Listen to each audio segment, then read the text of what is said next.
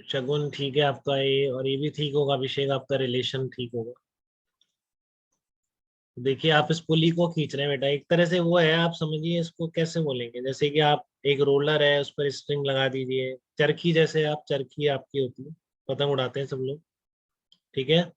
तो जो आपकी चरखी होती है, जैसे स्पूल बोलते हैं, स्पूल बोलते हैं उस चरखी को, तो स्पूल को आपने क्या करा, एकदम खाली कर दिया, कोई स्ट्रिंग उस पर नहीं है, तो जस्ट आपने उस पे यहाँ पर एक रैप कर दिया और एक पत्थर बांध दिया, ठीक है ना। अब आप उस स्पूल को इधर खींच रहे हैं, आपकी चरखी को यहाँ पे, ठीक है ना, दोनों तरफ हैंडल होते हैं ना उसके, तो उस हैंडल से पकड़ के खींच, तो वैसी सिचुएशन, तो आपकी चरखी भी आगे बढ़ रही है, साथ में ब्लॉक भी आगे बढ़, दोनों के एक्सलरेशन बताने की, मान लीजिए आप F4 से खींच रहे हैं, भाई बात समझ में, ये वही सिचुएशन है, वही पुलिया, आपकी चरखी लगा दीजिए और एक स्ट्रिंग ऐसे बांध दीजिए, उसको ऐसे कर दीजिए, अब आप उसको खींचिए, ठीक है। तो वही सिचुएशन है एकदम में, तो आपको एक्सलेरेशन ऑफ ब्लॉक एंड पुली निकालना है।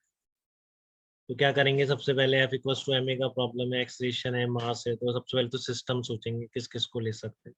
कुछ नहीं लिखा हुआ, पुली लाइट है बेटा, पुली में मास होगा बोल दे, स्ट्रिंग में फ्रिक्शन होगा बोल दे, ठीक है। तो आपकी जो स्ट्रिंग प्लस पुली, इसको आपने सिस्टम ले लिया, सॉरी अभी स्ट्रिंग प्लस पुली नहीं, केवल पुली को सिस्टम ले लिया आपने, तो पुली पर नेट फोर्स क्या होगा, जीरो होगा, पुली पर नेट फोर्स क्या होगा आपका, जीरो होगा। तो देखो आपका एम मास सिस्टम अगर है, तो इस पर एक टेंशन फोर्स लग रहा है यहाँ पर, ठीक है ना। एम मास अगर आप सिस्टम लोगे तो क्या करोगे, कांटेक्ट पॉइंट पर जाके अलोंग द स्ट्रिंग पुल करना है, ठीक है ना, go to the contact point and pull the system along the string, यही चीज है। और इसके लिए कैसे लिखोगे,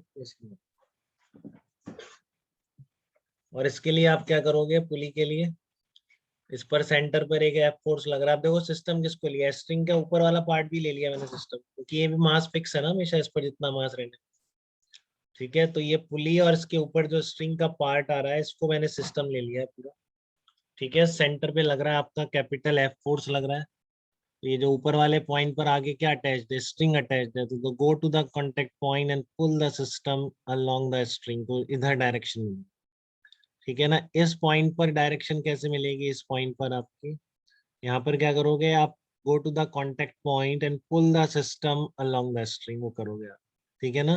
गो to the contact point and pull the system along the string, तो यहाँ पर भी टेंशन फोर्स मिल जाएगा। तो ये पुली प्लस स्ट्रिंग के इतने पार्ट पे कौन कौन से फोर्स आ गए, एक तो सेंटर पे फोर्स एफ लग ही रहा है, और एक आपका टेंशन लग रहा है, एक इधर लग रहा है, तो ये दो सिस्टम आप ले सकते हो अब, क्योंकि पुली मासलेस है, स्पेस स्ट्रिंग भी मासलेस है, तो net force on this system must be zero, ठीक है। F minus two t equal to m into a, में एम नेग्लिजिबल होने की वजह से आपने क्या करा है, इसको जीरो कर दिया, तो एक रिलेशन ये आ गया आपके पास। दूसरा एम को सिस्टम, दोनों को एक साथ नहीं ले सकते क्योंकि दोनों का हमको नहीं पता, एक्सलेशन सेम है, तो हम इनिशियली तो अलग ही मानेंगे, ठीक है। तो आपने एम को सिस्टम लिया तो क्या आ गया, t equal to m into a आ गया। अब आप क्या करेंगे, वन और टू को सॉल्व कर लो, टेंशन की वैल्यू क्या रखोगे आप, हटा दो टेंशन यहाँ से, तो ए कितना मिल गया, एफ बाई टू एम आ गया, तो किसका, ब्लॉक का एक्सलरेशन तो पता पड़ गया आपको, ठीक है ना। इन दो एक सिस्टम लेने से, अगर सिर्फ ब्लॉक का पूछता कि इस तरह से एफ फोर्स से खींच रहे हैं इस पुली को, ठीक है, तो आपका ब्लॉक का एक्सलरेशन कितना होगा, तो आपके पास डायरेक्ट आंसर आ गया है, acceleration is equal to F by two M. But अब आपसे पुली का भी एक्सलरेशन पूछ रहा है, तो फिर अब आपके पास सिस्टम तो खत्म हो गए बेटा, ठीक है ना।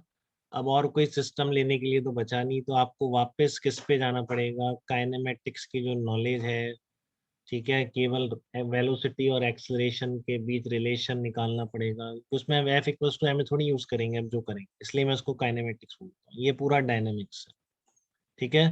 तो उस काइनेमेटिक रिलेशन के लिए आप क्या करेंगे, अब उस काइनेमेटिक्स रिलेशन के लिए आप क्या करेंगे बताइए, स्ट्रिंग की लेंथ है आपके पास, ठीक है ना, तो फिक्स पॉइंट से डिस्टेंस लीजिए, मेथड वन यूज करके बता रहा हूँ पहले मैं आपको, तो ऐसा मत कर लेना कि ब्लॉक से यहाँ तक की डिस्टेंस ले रहे हो और फिर कांस्टेंट कर रहे हो, करते हैं बच्चे ऐसा बहुत करते हैं। मैंने बोला आपको इन दोनों के एक्सलेरेशन में रिलेशन निकालना है, तो आपको एक फिक्स पॉइंट से इनकी डिस्टेंस या कोऑर्डिनेट डिसाइड करना है, तभी उस कोऑर्डिनेट के डिफरेंशिएशन से वेलोसिटी मिलेगी और एक बार और डिफरेंशिएशन से एक्सलेरेशन मिलेगा, ठीक है। तो ये ग्राउंड पर फिक्स लाइन है ये, तो यहाँ से मैंने इसकी पोजीशन बोली एक्सपी। अब डेफिनेटली जब मैं इसका डिफरेंशिएट करूंगा तो उस पुली की वेलोसिटी मिलेगी ग्राउंड के रिस्पेक्ट। इसी तरह इस ब्लॉक की इस फिक्स लाइन से मैंने एक्स डिस्टेंस मान ली। ठीक है, कोई दिक्कत किसी को यहाँ तक? तो अब ये लेंथ कितनी है आपकी, एक्सपी लेंथ है, तो ये एक्सपी प्लस ये लेंथ कितनी हो जाएगी, एक्सपी माइनस एक्स। ठीक है, ये डिस्टेंस है आपकी एक्सपी प्लस ये लेंथ कितनी आ गई, xp minus x equal to constant. तो कितना बनेगा, twice of xp minus x equal to constant. ठीक है, क्या बनेगा, twice of xp minus x equal to constant बन जाएगा। अब आप इसका डिफरेंशिएट कर दो तो कितना आ गया, twice of vp minus v equal to 0 आ गया। ठीक है, अब देखो यहाँ पे दोनों ही बढ़ रहे हैं क्योंकि दोनों को आप इधर जाता हुआ ही मान लो। ये तो आपने इधर ही माना, ये भी मान लो इधर ही जा रही है। ठीक है, तो दोनों चीज बढ़ रही है, तो आप डिफरेंशिएट करके D x P by d T को डायरेक्टली वीपी लिख सकते हो, D x by d T को डायरेक्टली वी लिख सकते हो। ठीक है, तो एक बार और डिफरेंशिएट कर दीजिए तो ए पी और ए मिल जाएंगे आपको। तो ये फाइनल आपके पास रिलेशन आ गया बेटा, जिसकी आपको तलाश थी कि दोनों एक्सलरेशन में रिलेशन क्या है। तो ब्लॉक का acceleration is twice of acceleration of pulley. ठीक है, इस मेथड 1 में तक किसी को दिक्कत तो बताइए। हार्दिक आप बताइए, आप कंफर्टेबल हैं क्या इन सब बातों से जो अब तक की हमने? कहीं आपको लैग तो नहीं लग रहा है कोई चीज?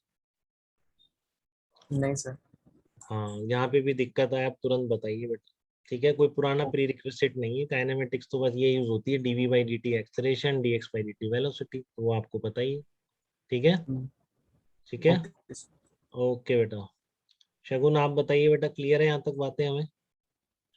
हाँ सर बिल्कुल क्लियर। ओके, तो अब आपका ये आ गया, लेकिन आपको और मेथड में सिखाना चाह रहा हूँ। ये तो है, ये मेथड आता है तो फिर एक्चुअल में बेटा किसी भी चीज की जरूरत नहीं है बेटा, आप इधर उधर बुक पढ़ेंगे और किसी के वीडियो देख लें मान लें आप। क्योंकि जब मेरे वीडियो देखते हैं आप, साथ में औरों के भी आते हैं, तो वो आपको टी डॉट वी वाला मेथड बता दे। मैंने सब कुछ बता दिया, इसके अलावा अब कोई नहीं बता सकता आपको, अब इसकी गारंटी। ठीक है, तो इसलिए मैं आपको एक और मेथड से बता देते हैं, इसको देखो कि जैसे वो अब जनरल मेथड यहाँ पे थोड़ा इंपॉर्टेंट हो जाता है कि उतना सीधा नहीं है जनरल मेथड। आप थोड़ा सा लेकिन सोचेंगे तो आप जनरल मेथड से भी इसको कर पाएंगे। ठीक है, इसको आप जनरल मेथड से भी आप इसको कर पाएंगे कि मान लो आपने इसको एक्स पोजीशन तक ले गए आप यहाँ तक। ठीक है, अब आप इसको एक्स पोजीशन तक ले गए इस तरीके से, तो यहाँ पर ये एक्स डिस्टेंस मूव कर गई पुली आपका सेंटर पुली का। ठीक है, मान लो एक्स पी इसका डिस्प्लेसमेंट है। तो अब ये पुली का डिस्प्लेसमेंट तो एक्स पी है बेटा, बट देख रहे हैं अब ये लेंथ दोनों तरफ से बढ़ गई कि नहीं बढ़ गई स्ट्रिंग? जब ये यहाँ पर आएगा तो जितनी पहले लेंथ थी तो उसमें इंक्रीमेंट लेंथ में दोनों तरफ आ रहा है कि इधर भी एक्सपी और इधर भी एक्सपी, तो 2 एक्सपी लेंथ का इंक्रीमेंट यहाँ पे देखा गया है जब आप उसको यहाँ से यहाँ तक ला। अब ये लेंथ 2 एक्सपी यहाँ से तो खींच नहीं सकती, समझ रहे हैं आप? ये तो फिक्स पॉइंट है। तो ये जो 2 एक्सपी का जो इंक्रीमेंट हुआ है ये कहाँ से, इसमें होगा, इसके आगे चलने से तो कवर होगा, नहीं तो और लेंथ कहाँ से आएगी? ठीक है ना, यहाँ तक लेंथ थी, ठीक है, आप कह रहे हैं यहाँ पे आ गई, तो कितनी लेंथ बढ़ गई, 2 एक्सपी यहाँ पर इंक्रीमेंट होगी। तो ये कहाँ से आएगा, उतना ही इसको आगे चलना पड़ेगा। पुली अगर एक्सपी आगे चल रही है आपकी, ठीक है ना, पुली यहाँ पर एक्सपी आगे चल रही है, तो ये ब्लॉक कितना आगे चलेगा, ट्वाइस ऑफ एक्सपी आगे चलेगा। ठीक है ना, if pulley is displaced from A to B, increase in the length of the string is 2 XP. So this will be covered by the displacement of the block. ठीक है, तो मैं कह रहा था बेटा पहला मेथड आता है तो सब कुछ आता है। ठीक है ना, और वो पहला आना भी चाहिए, वो आना ही चाहिए, और आता है तो फिर सब कुछ भी आता है, बाकी की जरूरत नहीं। ठीक है ना, जेई कभी नहीं जाएगा स्पेशली एडवांस वाला कि आपको और कोई मेथड पता हो, वो आपको बस ये देखना चाहता है ये मीनिंग्स आपको वेलोसिटी एक्सेलरेशन की क्लियर है क्या। क्योंकि वो जाके वहां पर आपको आईटी में मशीन पढ़ाएंगे सीधे, और आपको वेलोसिटी एक्सेलरेशन का ही नहीं पता है।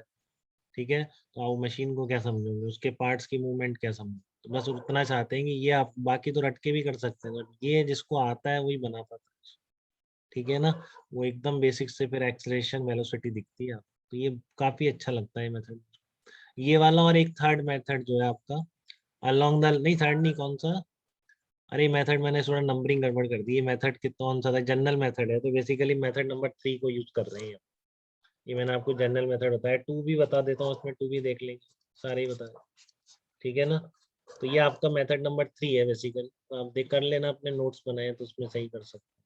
ठीक है, तो ये आपका वही रिलेशन आया, रिलेशन तो वही आएगा, अलग थोड़ी नहीं आएगा। अब आप ये समीशन टी डॉट वी से भी देखना चाहें तो यहाँ मैंने दोबारा पढ़ा है, हो सकता है मैंने पहले शुरू में ना पढ़ा, बट ये आप पढ़ चुके हैं इस मेथड में।